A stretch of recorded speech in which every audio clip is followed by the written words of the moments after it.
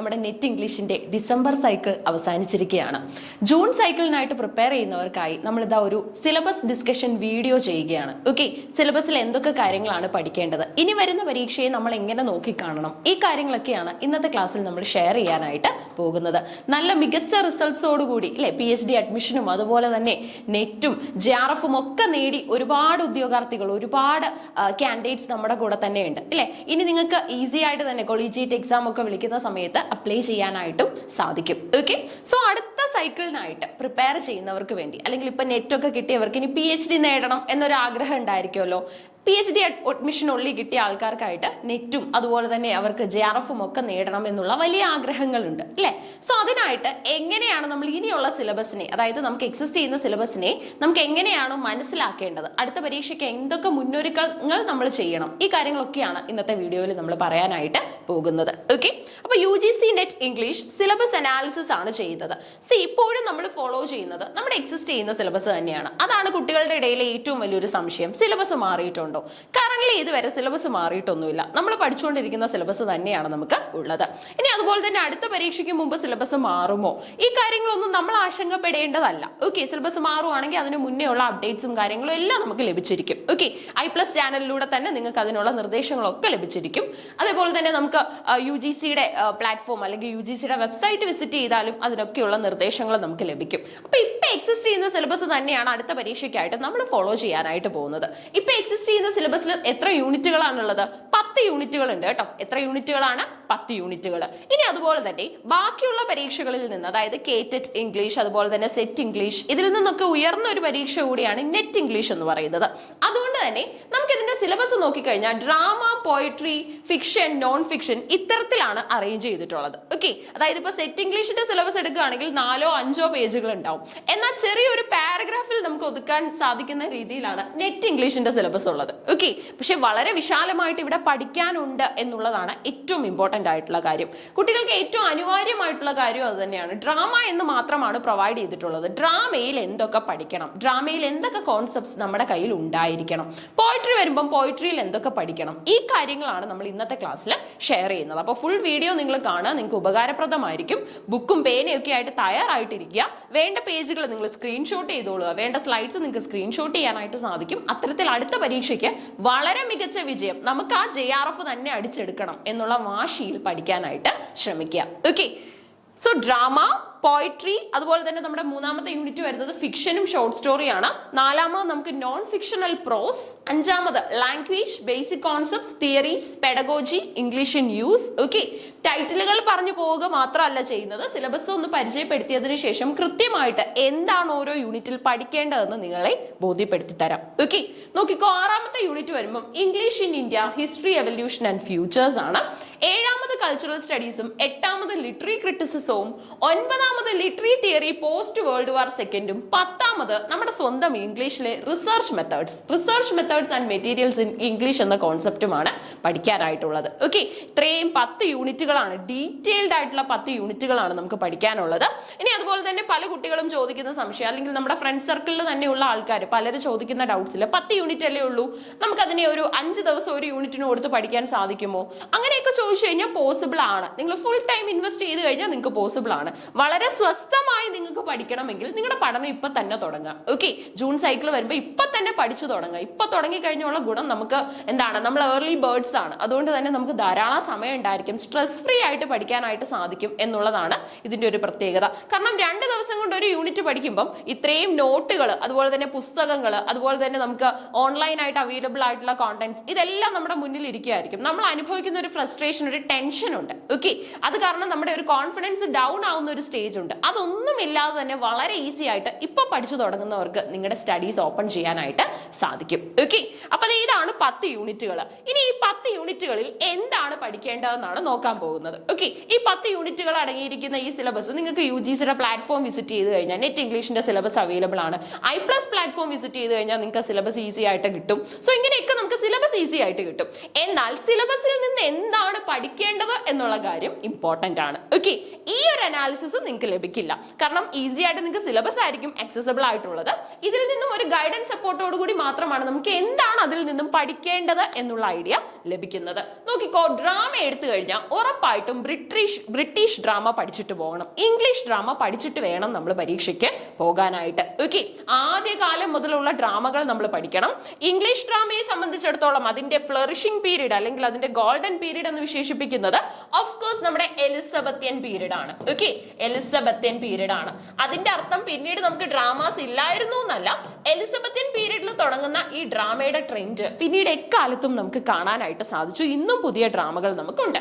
American drama പഠിച്ചിട്ട് പോകണം. യൂജിനോനിലടക്കം വളരെ പ്രഗത്ഭരായിട്ടുള്ള അമേരിക്കൻ റൈറ്റേഴ്സ് ചേർന്ന് സമ്പന്നമാക്കിയ അമേരിക്കൻ ലിറ്ററേച്ചറിലെ dramas. Indian drama of course നമ്മൾ പഠിക്കണം. നമ്മുടെ ആ ഒരു ലാൻഡിന്റെ ഡ്രാമയൊക്കെ നമുക്ക് പഠിക്കാനായിട്ട് സാധിക്കും. ഒരുപാട് ഗിരീഷ് കർണാട് അടക്കം ഒരുപാട് ഇമ്പോർട്ടന്റ് ആയിട്ടുള്ള ഡ്രാമാറ്റിസ്റ്റുകൾ നമുക്കുണ്ട്. കർണാട്, അതുപോലെ തന്നെ നമ്മുടെ മഹേഷ് ദത്താണിയൊക്കെ തന്നെ പോപ്പുലർ ആയിട്ടുള്ള വ്യക്തികളാണ്. ഓസ്ട്രേലിയൻ ഡ്രാമയും കനേഡിയനും പഠിച്ചിട്ട് പോകണം. ഇതിലൊക്കെ കൂടുതൽ ഫോക്കസ് കൊടുക്കേണ്ടത് ഇതിനാണ്, പോസ്റ്റ് കൊളോണിയൽ ഡ്രാമ. കാരണം പോസ്റ്റ് കൊളോണിയൽ ഡ്രാമയിൽ നിന്ന്, പോസ്റ്റ് കൊളോണിയൽ ലിറ്ററേച്ചറിൽ നിന്നുള്ള ചോദ്യങ്ങൾ ഇന്ന് അനവധിയാണ്. ഓക്കെ, റീസൺ എന്ന് പറഞ്ഞു കഴിഞ്ഞാൽ ഇതുമായിട്ട് ബേസ് ചെയ്ത് ഒരുപാട് സബ് ഫീൽഡുകളുണ്ട്. ഫോർ എക്സാമ്പിൾ ട്രോമ ലിറ്ററേച്ചർ, അതുപോലെ തന്നെ നമുക്ക് ഇപ്പം ലൈക്ക് നമ്മുടെ ഡിസ്റ്റോപ്പിയൻ ലിറ്ററേച്ചർ, ഇങ്ങനെ ഒരുപാട് പുതിയ ബ്രാഞ്ചുകൾ ഇപ്പോൾ ഓപ്പൺഡ് ആണ്. അതൊക്കെ തന്നെ ഇൻക്ലൂഡഡ് ആവുന്നത് പോസ്റ്റ് കൊളോണിയൽ ഡ്രാമ എന്നുള്ള ഒരു ബാനറിന്റെ അണ്ടറിലാണ്. ഇനി അതുപോലെ തന്നെ നമ്മൾ കൂടുതലായിട്ടും മനസ്സിലാക്കുന്നത് പോസ്റ്റ് കൊളോണിയൽ ഡ്രാമാസ് ഒക്കെ എഴുതുന്നത്, ഓക്കെ, പോസ്റ്റ് കൊളോണിയൽ ഡ്രാമാറ്റിസ്റ്റുകൾ അവരനുഭവിച്ച ടെൻഷൻസും അവരനുഭവിച്ച ഒരു സമ്മർദ്ദമുണ്ട്. ഓക്കെ, കൊളോണിയലൈസർ ആൻഡ് കൊളോണിയലൈസ്ഡ് എന്ന് പറയുന്ന ഒരു സാഹചര്യം, കൊളോണിയലൈസറിന്റെ അണ്ടറിൽ കൊളോണിയലൈസ്ഡിന് ഒരുപാട് ബുദ്ധിമുട്ടുകൾ ഫേസ് ചെയ്യേണ്ടതായിട്ട് വന്നിട്ടുണ്ട്. സോ ആ സഫറിങ്സ് ഒക്കെ നമുക്ക് മനസ്സിലാക്കാനായിട്ട് പറ്റുന്നത് പോസ്റ്റ് കൊളോണിയൽ ഡ്രാമയിലാണ്. അതും നമ്മൾ പഠിച്ചിട്ട് പോകണം. അപ്പൊ ഇത്രയും കാര്യങ്ങൾ കിട്ടിക്കഴിഞ്ഞാൽ ഈസി ആയിട്ട് നമുക്ക് നോക്കാം അല്ലെ. അതായത് ബ്രിട്ടീഷ് ഡ്രാമ നമുക്ക് ഇങ്ങോട്ട് ജസ്റ്റ് സെർച്ച് ചെയ്ത് നോക്കിയാൽ തന്നെ ഒരുപാട് പോപ്പുലർ ഡ്രാമാസ് നമുക്ക് ലഭിക്കും. അതൊക്കെ പഠിക്കാം. ഇനി അതുപോലെ തന്നെ നിങ്ങൾക്ക് ഒരു ഗൈഡൻസ് സപ്പോർട്ട് അത്യാവശ്യമാണെങ്കിൽ, അല്ലെങ്കിൽ നിങ്ങൾ അങ്ങനെ പഠിക്കാൻ ആഗ്രഹിക്കുന്നുവെങ്കിൽ നമ്മുടെ I+ ടീമിനോടൊപ്പം ജോയിൻ ചെയ്യാനായിട്ട് സാധിക്കും. കൃത്യമായിട്ട് ഏതൊക്കെ ബ്രിട്ടീഷ് ഡ്രാമാസ് ആണ് പഠിക്കേണ്ടതെന്ന് അടക്കമുള്ള ഐഡിയാസും നോട്ട്സും അതുപോലെ തന്നെ ലെസൺസും എല്ലാം നമ്മുടെ കൈവശവും അവൈലബിൾ ആണ്, നമ്മുടെ പ്ലാറ്റ്ഫോമിൽ അവൈലബിൾ ആണ്. ഓക്കെ, ഇനി അതുപോലെ തന്നെ നിങ്ങൾക്ക് ഇൻഡിവിജ്വൽ സ്റ്റഡിയാണ് നിങ്ങൾ ഫോക്കസ് ചെയ്യുന്നതെങ്കിൽ, അല്ലെങ്കിൽ അതാണ് നിങ്ങൾ ലക്ഷ്യമിടുന്നതെങ്കിൽ ബ്രിട്ടീഷ് ഡ്രാമാസ് ഓരോന്നായിട്ട് എടുത്ത് നമുക്ക് പഠിക്കാൻ പറ്റും. എവിടെ തുടങ്ങണം എന്ന് ചോദിച്ചു കഴിഞ്ഞാൽ അതിന്റെ ഐഡിയ ഞാൻ പറഞ്ഞു തന്നു, എലിസബത്തിയനിലാണ് അല്ലെ. അപ്പൊ നമ്മുടെ ഹാംലെറ്റ് അടക്കമുള്ള ഏറ്റവും പോപ്പുലർ ഡ്രാമാസ് പഠിച്ചിട്ട് പോവുക. ഓക്കെ, അപ്പൊ ഇത്രയും കാര്യങ്ങൾക്ക് ശേഷം, അപ്പൊ ഇത്രയും കൂടെ നിങ്ങൾക്ക് അറിയായിരിക്കും, അതായത് പല രാജ്യങ്ങളുടെ ഡ്രാമ നമ്മൾ പഠിക്കുന്നു എന്നാണ് ഇവിടുന്ന് മനസ്സിലാക്കി തന്നത്. Next heading is most important. Things you have to know. Drama പഠിക്കുമ്പോൾ, ഡ്രാമ പഠിക്കുന്ന ലിറ്ററേച്ചർ സ്റ്റുഡന്റ് ഉറപ്പായിട്ടും അറിഞ്ഞിരിക്കേണ്ട കാര്യങ്ങൾ 5 കാര്യങ്ങളാണ് വന്നിട്ടുള്ളത്. Characters, both major and minor. Major ക്യാരക്ടേഴ്സിൽ നിന്ന് മാത്രം ചോദ്യങ്ങൾ ചോദിക്കുന്ന ട്രെൻഡ് എപ്പോഴേ ഔട്ടായി. ഇപ്പൊ മേജർ ആൻഡ് മൈനർ ക്യാരക്ടേഴ്സിന് ഒരേ ഇമ്പോർട്ടൻസ് ആണ് അല്ലെ. ഇനി അതുപോലെ തന്നെ ഡ്രാമാറ്റിസ്റ്റ്, ഡ്രാമയുടെ പേര് തന്നിട്ട് ഡ്രാമാറ്റിസ്റ്റുമായിട്ട് മാച്ച് ചെയ്യാനും അതുപോലെ തന്നെ ക്യാരക്ടേഴ്സുമായിട്ട് മാച്ച് ചെയ്യാനുമുള്ള ചോദ്യങ്ങൾ ഇന്ന് കൂടുതലാണ്. അടുത്തത് പ്ലേ വിത്തിൻ എ പ്ലേ. ചില പ്ലേസിൽ, ഹാംലെറ്റ് പോലെയുള്ള പ്ലേസിൽ, അല്ലെങ്കിൽ ഫോർ എക്സാമ്പിൾ ഹയവദന പോലെയുള്ള പ്ലേസ് ഒക്കെ എടുത്തു കഴിഞ്ഞാൽ അതിനകത്ത് പ്ലേ വിത്തിൻ എ പ്ലേ എന്ന് പറയുന്ന ട്രെൻഡ് ആപ്ലിക്കബിൾ ആണ് അല്ലെ. അതായത് ഹാംലെറ്റിനകത്ത് വേറെ ഒരു ഗ്രൂപ്പ് ഓഫ് ആക്ടേഴ്സ് വന്നിട്ട് ഹാംലെറ്റ് അടക്കമുള്ള ക്യാരക്ടേഴ്സിന്റെ മുന്നിൽ മറ്റൊരു ഡ്രാമ ചെയ്യുന്നുണ്ട്. അപ്പൊ ഹാംലെറ്റ് എന്ന നാടകം തന്നെ ഒരു പ്ലേ ആണ്, അതിനുള്ളിൽ വരുന്ന മറ്റൊരു play, play with a play അല്ലെങ്കിൽ പ്ലേ വിത്തിൻ എ പ്ലേ എന്ന് നമുക്ക് പറയാനായിട്ട് സാധിക്കും. Okay, play within a play. ഇനി അതേപോലെ നമുക്ക് സെറ്റിംഗ് അറിയണം. ഒപ്പം തന്നെ സബ് ടൈറ്റിൽസ് വന്നിട്ടുണ്ടെങ്കിൽ അത് നമ്മൾ മനസ്സിലാക്കണം. Okay, almost all of the വർക്ക്സിനും നമുക്ക് സബ് ടൈറ്റിൽസ് അവൈലബിൾ ആണ്. ഫോർ എക്സാമ്പിൾ നമ്മുടെ 12th നൈറ്റ് എന്ന ഷേക്സ്പീരിയൻ ഡ്രാമ എടുത്തു കഴിഞ്ഞാൽ അവിടെ നമുക്ക് വാട്ട് യു വിൽ എന്നുള്ള സബ് ടൈറ്റിൽ കാണാനായിട്ട് സാധിക്കും. സോ അങ്ങനെയുള്ള ടൈറ്റിൽസ് ഒക്കെ അറിയണം. അതേപോലെ തന്നെ നമ്മുടെ ഡോക്ടർ ഫോസ്റ്റേഴ്സിന്റെ കഥ പറയുന്ന ഫേമസ് വർക്ക് ഉണ്ട് അല്ലെ. അപ്പൊ ഡോക്ടർ ഫോസ്റ്റേഴ്സിന്റെ, അതായത് ക്രിസ്റ്റഫർ മാർലോയുടെ ഡോക്ടർ ഫോസ്റ്റേഴ്സിനകത്തില് the tragic life of doctor Faustus എന്നുള്ള എക്സ്പാൻഡഡ് ടൈറ്റിൽ നമ്മൾ മനസ്സിലാക്കണം. സോ ടൈറ്റിൽസ് അറിയുക. ഓക്കെ, അപ്പൊ ക്യാരക്ടേഴ്സ്, ഡ്രാമാറ്റിസ്റ്റ്, അതുപോലെ തന്നെ play within a play applicable ആണെങ്കിൽ അതറിയണം. സെറ്റിംഗും സബ് ടൈറ്റിലും, ഇത്രയും കാര്യങ്ങൾ കൃത്യമായിട്ട് അറിയണം. ഇനി അതുപോലെ തന്നെ ചില ഡ്രാമാസ് എടുത്തു കഴിഞ്ഞാൽ അതിനകത്ത് നിങ്ങൾക്ക് ചില ഫാമിലി നെയിംസ് ഒക്കെ കാണാൻ സാധിക്കും. ഫോർ എക്സാമ്പിൾ നമ്മുടെ ഇമ്പോർട്ടന്റ് ആയിട്ടുള്ള ഡ്രാമാസ് ലൈക്ക് ഇപ്പൊ നമ്മുടെ ഗ്ലാസ് മെനേജറി, ടെന്നീസ് വില്യംസിന്റെ ഗ്ലാസ് മെനേജറി എടുത്തു കഴിഞ്ഞാൽ അവിടെ നമുക്ക് അവരുടെ ഫാമിലി ടൈറ്റിൽ, അവരുടെ കോട്ടേജിന്റെ ടൈറ്റിൽ ഒക്കെ നമുക്ക് കാണാൻ പറ്റും. അങ്ങനെയുള്ള കാര്യങ്ങളും ഇപ്പൊ ചോദ്യ പേപ്പറിൽ ഒരു ട്രെൻഡ് ആയിട്ട് വരുന്നുണ്ട്, മനസ്സിലാക്കുക. ഡ്രാമ കൃത്യമായിട്ട് പഠിക്കാമല്ലോ. സോ എങ്ങനെയാണ് ഡ്രാമ പഠിക്കേണ്ടത് എന്നുള്ളത് 5 മിനിറ്റിൽ ഞാൻ നിങ്ങളോട് കൺവേ ചെയ്തു. ഇനി നിങ്ങളുടെ ഒരു എന്താണ് മീൻസ് നിങ്ങളുടെ കൈകളിലാണ് ഇനി ബാക്കിയുള്ള കാര്യം അല്ലെ. എത്ര മണിക്കൂറുകൾ എടുത്ത് ഡ്രാമ പഠിക്കണം, എങ്ങനെ പഠിക്കണം ഒക്കെ നിങ്ങളുടെ കൈകളിലാണ്. കൃത്യമായിട്ട് അത് ചെയ്യുക. അടുത്തത് പോയിട്രി ആണ്. ഓക്കെ, പോയിട്രിയിൽ എന്താണ് പഠിക്കേണ്ടത്? കൂടുതൽ കുട്ടികൾക്ക് ഉള്ള സംശയം എന്തൊക്കെയാ പഠിക്കേണ്ടത്, പോയിട്രിയുടെ പഴയകാല ഡെഫിനിഷനുകൾ മുതൽ എടുത്ത് പഠിക്കണോ എന്നൊക്കെ ചോദിക്കുന്നവരുണ്ട്. ഉറപ്പായിട്ടും അത് വായിച്ചിരിക്കുന്നത് നല്ലതാണ്. ഒരു ബേസ് ഉണ്ടാക്കിയതിന് ശേഷം പോയിറ്റ്സിനെയും അതുപോലെ തന്നെ പോയിട്രി എക്സ്പ്ലോർ ചെയ്യാനേ ഞാൻ പറയത്തുള്ളൂ. ഓക്കെ, ഫ്രഞ്ചിലായിരുന്നു പോയിട്രിയുടെ ഒറിജിൻ. അത് മുതലുള്ള പോയസിസ് എന്നുള്ള ആ വാക്കിൽ നിന്നും പോയിട്രി വന്നു എന്നുള്ള കാര്യങ്ങൾ മുതൽ ഒന്ന് നോക്കിയേക്കാം. ഒന്ന് വായിച്ചു വിട്ടാൽ മതി. ഓക്കെ, അതുപോലെ തന്നെ ബ്രിട്ടീഷ് പോംസും അമേരിക്കൻ പോംസും ഇന്ത്യൻ പോംസും ഒപ്പം തന്നെ നമ്മുടെ പോസ്റ്റ് കൊളോണിയൽ പോംസ്, അതേപോലെ തന്നെ നമ്മുടെ ഫസ്റ്റ് വേൾഡ് വാർ സമയത്ത് വന്ന war poetry, post colonial poetry, okay, അതേപോലെ തന്നെ നമ്മുടെ സോണറ്റുകൾ, ഓഡ്സ്, ഇതൊക്കെ കൃത്യമായിട്ട് മനസ്സിലാക്കുക. ബാലഡുകൾ അടക്കമുള്ള കാര്യങ്ങൾ നമ്മൾ അറിയണം. ഓക്കെ, ഇനി അതുപോലെ തന്നെ സോണറ്റ്, ഓഡ്സ് എന്നൊക്കെ പറയുമ്പോൾ ഇതിനകത്ത് തന്നെ വരുന്ന മറ്റൊരു കാറ്റഗറിയാണ് എലിജി എന്ന് പറയുന്നത്. നമുക്ക് പോപ്പുലർ ആയിട്ടുള്ള എലിജീസ് എക്സിസ്റ്റ് ചെയ്യുന്നുണ്ട്, വായിച്ചു മനസ്സിലാക്കുക. ഓക്കെ, അപ്പൊ ഇനി അതേപോലെ തന്നെ സോണറ്റ് എന്ന് പറയുമ്പോൾ ജസ്റ്റ് സോണറ്റ് 14 വരെ കവിതയാണെന്ന് എല്ലാവർക്കും അറിയാം അല്ലെ. അത്രേ അല്ല നമ്മുടെ നോളജ് വേണ്ടത്. ഏതൊക്കെ ടൈപ്പിലാണ് സോണറ്റുകൾ ഉള്ളത്? ഷേക്സ്പിയറിയൻ ഉണ്ട്, പെട്രാർക്കിയൻ ഉണ്ട്, കേർട്ടിൽ സോണറ്റ് ഉണ്ട്. ഇതൊക്കെ ആരാണ് പോപ്പുലറൈസ് ചെയ്തത്? പോപ്പുലർ ആയിട്ടുള്ള സോണറ്റുകളുടെ പേരെന്തൊക്കെയാണ്? അത്തരത്തിലൊന്ന് പഠിക്കുക. ഓക്കെ, ഇനി തിങ്സ് യു ഹാവ് ടു നോയില് ടെക്നിക്സ് ഉപയോഗിച്ചിട്ടുണ്ടെങ്കിൽ, സോളിലൊക്കെ അടക്കമുള്ള ടെക്നിക്സ് ഒക്കെ ഉണ്ടെങ്കിൽ അതറിയണം. അതുപോലെ തന്നെ ഫിഗർ ഓഫ് സ്പീച്ചുകൾ അറിയുക. മിക്കവാറും ഉള്ള നമ്മുടെ പോംസിലൊക്കെ തന്നെ ക്യാരക്ടേഴ്സ് ഉണ്ടായിരിക്കും. ആ ക്യാരക്ടേഴ്സിനെ കൂടെ ഒന്ന് പഠിച്ചേക്കുക. Character names, name of the collection in which the poems appeared. For example, ഇപ്പൊ നമ്മുടെ വേൾഡ്സ്വർത്തും കോളറിഡ്ജും ചേർന്ന് പോപ്പുലറൈസ് ചെയ്ത ലിറിക്കൽ ബാലഡ്സിലാണ് rime of the ancient mariner എന്ന കവിത ഉൾപ്പെട്ടിട്ടുള്ളത് അല്ലെ. അപ്പൊ റൈം ഓഫ് ദ ഏൻഷ്യൻ മറൈനറിന്റെ ഇയർ ഓഫ് പബ്ലിക്കേഷൻ ഏതാന്ന് ചോദിച്ചു കഴിഞ്ഞാൽ ലിറിക്കൽ ബാലഡ്സിന്റെ ഇയർ ഓഫ് പബ്ലിക്കേഷൻ മതി. അതേതാ? 1798. അത്തരത്തിലുള്ള കാര്യങ്ങൾ അറിയുക. ഇയർ ഓഫ് പബ്ലിക്കേഷൻ സിഗ്നിഫിക്കന്റ് ആണ്. ഡ്രാമയുടെ കേസിൽ ഇയർ ചോദിക്കില്ല, ക്യാരക്ടേഴ്സിനെ സെറ്റിങ്ങിനെയൊക്കെയാണ് ചോദിക്കുന്നത്. എന്നാൽ ഈ ഒരു കേസിൽ നമുക്ക് ഇയർ ചോദിക്കും. പഠിച്ചു വെക്കണം പോയിട്രിക്ക്. അടുത്തത് ഫിക്ഷൻ, ഷോർട്ട് സ്റ്റോറി എന്ന കാറ്റഗറിയാണ്. കൃത്യമായിട്ട് ഡെബ്യൂട്ട് നോവലുകൾ കണ്ടെത്തി പഠിക്കുക. Autobiographical novels, semi autobiographical novels, picaresque novels, ഒരു പിക്കാരോ വാൻഡററിന്റെ ടെയിൽ നറേറ്റ് ചെയ്യുന്ന നോവലുകൾ ഉണ്ട്, പഠിക്കണം. ബിൽഡ്രിങ്സ് റോമൻ നറേറ്റീവ്സ് ഉണ്ട്, നോക്കിയിട്ട് പോവുക. Detective novel, science fiction, short stories, ഈ കാര്യങ്ങളൊക്കെയാണ് നിങ്ങൾ ഫോക്കസ് കൊടുത്ത് പഠിക്കേണ്ടത്. ഓക്കെ, അപ്പൊ ഇത്തരത്തിൽ നമുക്ക് നമ്മുടെ മൂന്നാമത്തെ unit fiction and short story എന്നുള്ള യൂണിറ്റ് കംപ്ലീറ്റ് ചെയ്യാനായിട്ട് പറ്റും. നോവലുകൾ ആയതുകൊണ്ട് തന്നെ ഇയർ ഓഫ് പബ്ലിക്കേഷൻ ചോദിക്കാറുണ്ട്. വിർജീനിയ വൂൾഫും ജെയിംസ് ജോയ്സ് അടക്കമുള്ള മോഡേൺ നോവലിസ്റ്റുകളിൽ തുടങ്ങി പഴയകാല വിക്ടോറിയൻ നോവലിസ്റ്റുകൾ മുതൽ പോപ്പുലറൈസ് ചെയ്ത നോവലുകൾ എല്ലാം പഠിച്ചിട്ട് പോവുക. അതേപോലെ തന്നെ എല്ലാ കൺട്രീസിന്റെയും നോവലുകൾ നമുക്കുണ്ട്. ഫോർ എക്സാമ്പിൾ, ഇപ്പൊ കനേഡിയൻ നോവൽ എന്ന് പറയുമ്പോൾ അത് എഴുതിയത് ഒരു കനേഡിയൻ റൈറ്റർ ആയിരിക്കും, ഇംഗ്ലീഷ് ലാംഗ്വേജിലായിരിക്കും. അങ്ങനെയുള്ള നോവലുകളും കൂടെ നോക്കുക. തിങ്സ് യു ഹാവ് ടു നോയില് ടെക്നിക്സ് യൂസ്ഡ് അറിഞ്ഞിരിക്കണം. കാരണം നോവലുകളിൽ നമ്മൾ സ്ട്രീം ഓഫ് കോൺഷ്യസ്നസ് അടക്കം മാജിക്കൽ റിയലിസം അടക്കമുള്ള ടെക്നിക്കുകൾ ഉപയോഗിക്കാറുണ്ട്. Characters both major and minor അറിയണം. നേരത്തെയൊക്കെ നമ്മൾ ക്യാരക്ടേഴ്സ് മാത്രമേ കൊടുക്കത്തുള്ളായിരുന്നു. കുട്ടികളോട് പഠിക്കാൻ പറയുമ്പം ക്യാരക്ടേഴ്സിനെ നോക്കിയിട്ട് പോകണമെന്ന് പറയും.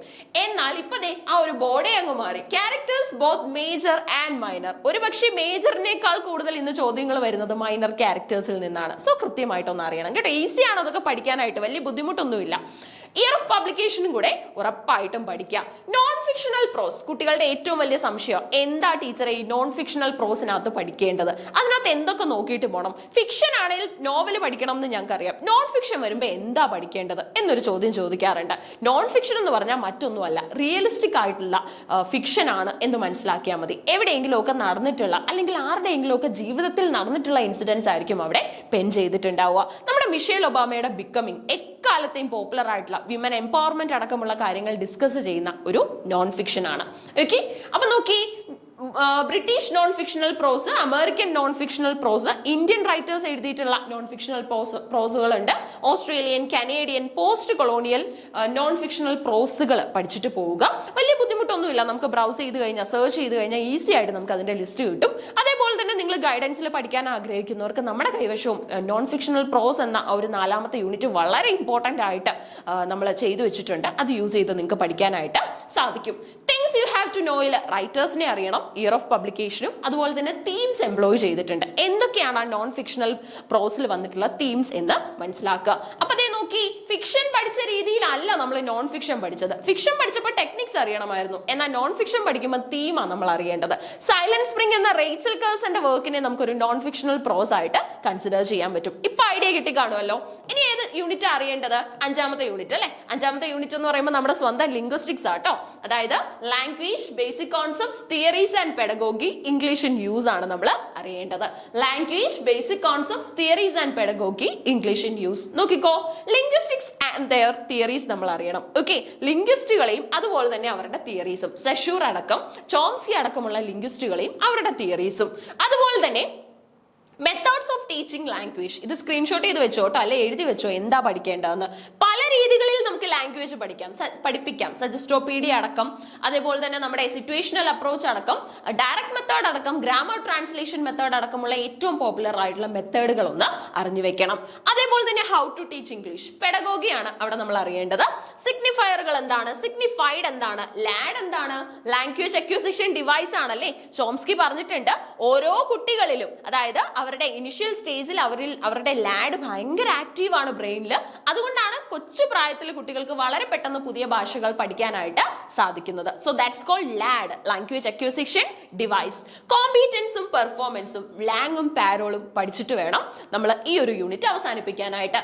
തിങ്സ് യു ഹാവ് ടു നോയില് ബുക്സ് ഓഫ് ഫേമസ് ലിംഗ്വിസ്റ്റ് നമ്മൾ അറിയണം. ഓക്കെ, അതായത് കോഴ്സ് ഇൻ ജനറൽ ലിംഗ്വിസ്റ്റിക്സ് എന്നൊക്കെയുള്ള ഫേമസ് ആയിട്ടുള്ള ബുക്കുകൾ ഉണ്ടല്ലോ, അതൊക്കെ ഒന്ന് മനസ്സിലാക്കണം. അതിന്റെയൊക്കെ ഇയർ ഓഫ് പബ്ലിക്കേഷനും കോൺട്രിബ്യൂഷൻസും കൂടെ പഠിച്ചു കഴിഞ്ഞാൽ നമ്മൾ ആ ഒരു ഏരിയയിൽ സേഫ് ആണ്, സെറ്റ് ആണ്. ഓക്കെ, ഇനി അടുത്തതായിട്ട് ആറാമത്തെ യൂണിറ്റിനെ എങ്ങനെയാണ് നമ്മുടെ കൈപ്പടയിൽ ഒതുക്കേണ്ടത് എന്നുള്ളതാണ് അല്ലെ. So English in India, history, evolution and futures. ഇത്രയും യൂണിറ്റുകളിൽ നമ്മൾ പഠിച്ചത് ഫോറിൻ ലിറ്ററേച്ചർ ആയിരുന്നു കൂടുതലായിട്ടും. എന്നാൽ ഈ ആറാമത്തെ യൂണിറ്റ് വരുമ്പോൾ നമ്മുടെ സ്വന്തം നേറ്റീവ് ലിറ്ററേച്ചർ പഠിക്കാനുള്ള ഒരു അവസരം കൂടെയാണ് നമുക്ക് കിട്ടുന്നത്. അതായത് അമേരിക്കൻ ബുക്കുകൾ വായിക്കുന്നതിനേക്കാൾ, ബ്രിട്ടീഷ് റൈറ്റേഴ്സിന്റെ ബുക്കുകൾ വായിക്കുന്നതിനേക്കാൾ കുറച്ചും കൂടെ നമുക്കൊരു ഫീലിങ്സ് കൂടുതലായിരിക്കും ഇന്ത്യൻ റൈറ്റേഴ്സ് എഴുതിയ ബുക്കുകൾ, അനിത ദേശായിയുടെയും അരുന്ധതി റോയുടെ ഒക്കെ ബുക്കുകൾ വായിക്കാൻ അല്ലെ. അതിനുള്ള അവസരമാണ് നമുക്ക് ഇവിടെ കിട്ടുന്നത്. ഇംഗ്ലീഷ് എഡ്യൂക്കേഷൻ ഇൻ ഇന്ത്യ അറിയണം. ഡിഫറെന്റ് കമ്മിറ്റീസ് നമ്മൾ മനസ്സിലാക്കണം.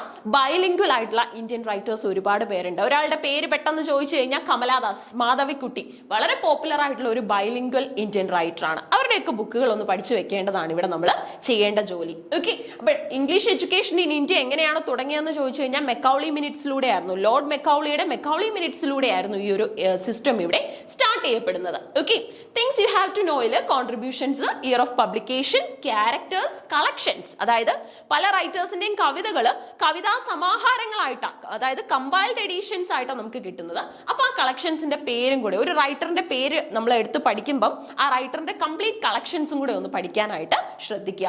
ഏഴാമത്തെ യൂണിറ്റ് വലിയ ബുദ്ധിമുട്ടൊന്നുമില്ല. എന്നാൽ കുട്ടികൾ പറയും 7, 8 ആണ് ഏറ്റവും പാടുന്നത് അല്ലെ. പക്ഷെ കൃത്യമായിട്ട് നോക്കിക്കഴിഞ്ഞാൽ ഈസിയാ. കൾച്ചറൽ സ്റ്റഡീസാ, തിയറി ആണെന്നേ ഉള്ളൂ. നമുക്ക് ഡൈജസ്റ്റ് ചെയ്യാൻ ഇച്ചിരി ബുദ്ധിമുട്ടുണ്ടായിരിക്കും, എന്നാൽ ഈസി ആയിട്ട് നമുക്ക് എന്താണ് ക്ലാസ്സുകൾ കേട്ടൊക്കെ തന്നെ പഠിച്ചെടുക്കാനായിട്ട് സാധിക്കും. ഡെഫിനിഷൻസ്, കൾച്ചറൽ തിയറീസ്, ബുക്സ്, അതേപോലെ തന്നെ നമ്മുടെ ഫൂക്കോ അടക്കമുള്ള, ഫൂക്കോ പോപ്പുലർ ആയിട്ടുള്ള ഒരു കൾച്ചറൽ തിയറിസ്റ്റ് ആണ്. അദ്ദേഹത്തിനെ കുറിച്ചൊക്കെ പഠിക്കാനുണ്ട്.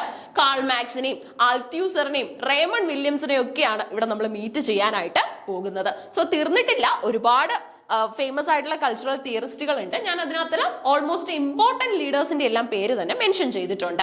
തിങ്സ് യു ഹാവ് ടു നോയില് കോൺട്രിബ്യൂഷൻസ്, ഇയർ ഓഫ് പബ്ലിക്കേഷൻസ്, അവർ പോപ്പുലറൈസ് ചെയ്ത തിയറീസ് ഒന്ന് പഠിച്ചു വെക്കുക. ഇനി എങ്ങനെയാണ് നമുക്ക് എട്ടാമത്തെ യൂണിറ്റ് പഠിക്കാൻ പറ്റുന്നത്? 7 വലിയ ബുദ്ധിമുട്ടില്ലാതെ തീർന്നു. അതായത് നിങ്ങൾ വിചാരിക്കും ജസ്റ്റ് അനാലിസിസ് അല്ലേ അതുകൊണ്ടായിരിക്കും ഈസി എന്ന്. അങ്ങനെയൊന്നുമില്ല, പഠിച്ചു തുടങ്ങി കഴിഞ്ഞാലും ഈസിയാ, വലിയ ബുദ്ധിമുട്ടൊന്നുമില്ല. നമുക്ക് വളരെ ഈസി ആയിട്ട് അതങ്ങ് തീർക്കാൻ പറ്റും. ഓക്കെ, ഇനി 8 പോയി കഴിഞ്ഞാൽ അവിടെ ലിറ്റററി ക്രിറ്റിസിസമാണ് നമ്മളെ വെയിറ്റ് ചെയ്തിരിക്കുന്നത്. ഓക്കെ, സോ ഡെറിയുടെയും എഡ്വേർഡ് സെയ്ദും FR ലീവിസും IR റിച്ചാർഡ്സും ഒക്കെ ചേർന്ന് പോപ്പുലറൈസ് ചെയ്തിട്ടുള്ള IR റിച്ചാർഡ്സിന്റെ ഒക്കെ ഏറ്റവും പോപ്പുലർ ആയിട്ടുള്ള ബുക്കുകളും അവരുടെ തിയറികളും നമ്മൾ അവിടെ ഒന്ന് പഠിക്കണം. തിങ്സ് യു ഹാവ് ടു നോയില് കോൺട്രിബ്യൂഷൻസ്, ഇയർ ഓഫ് പബ്ലിക്കേഷൻസ്, അവരുടെ തിയറീസ്. ഓക്കെ, സോ തീർന്നിട്ടില്ല. നമ്മുടെ പ്ലാറ്റ്ഫോം വിസിറ്റ് ചെയ്ത് കഴിഞ്ഞാൽ ഏറ്റവും പോപ്പുലർ ആയിട്ടുള്ള ലിറ്റററി തിയറിസ്റ്റുകളുടെ എല്ലാം പേരുകളും വിത്ത് ഫോട്ടോ അവിടെ അവൈലബിൾ ആണ്. വളരെ ഈസി ആയിട്ട് തന്നെ നിങ്ങൾക്ക് പഠിച്ചെടുക്കാനായിട്ടും സാധിക്കും. സെൽഫ് ഇനിഷ്യേറ്റീവിൽ പഠിക്കുന്നവർക്ക് അങ്ങനെയും പഠിക്കാൻ സാധിക്കും. Literary theory world war second ആണ് നമുക്ക് ഇനിയുള്ളത്. ഏറ്റവും ഇമ്പോർട്ടന്റ് ആണ്. 2ാം ലോക മഹായുദ്ധത്തിന് ശേഷമുള്ള ലിറ്റററി തിയറി. 1ാം ലോക മഹായുദ്ധത്തിന് നല്ലൊരു എൻഡിങ് അല്ലായിരുന്നു ഉണ്ടായത്. അതുകൊണ്ടാണ് 2ാം ലോക മഹായുദ്ധത്തിലേക്ക് അത് വഴിതെളിച്ചത് അല്ലെ.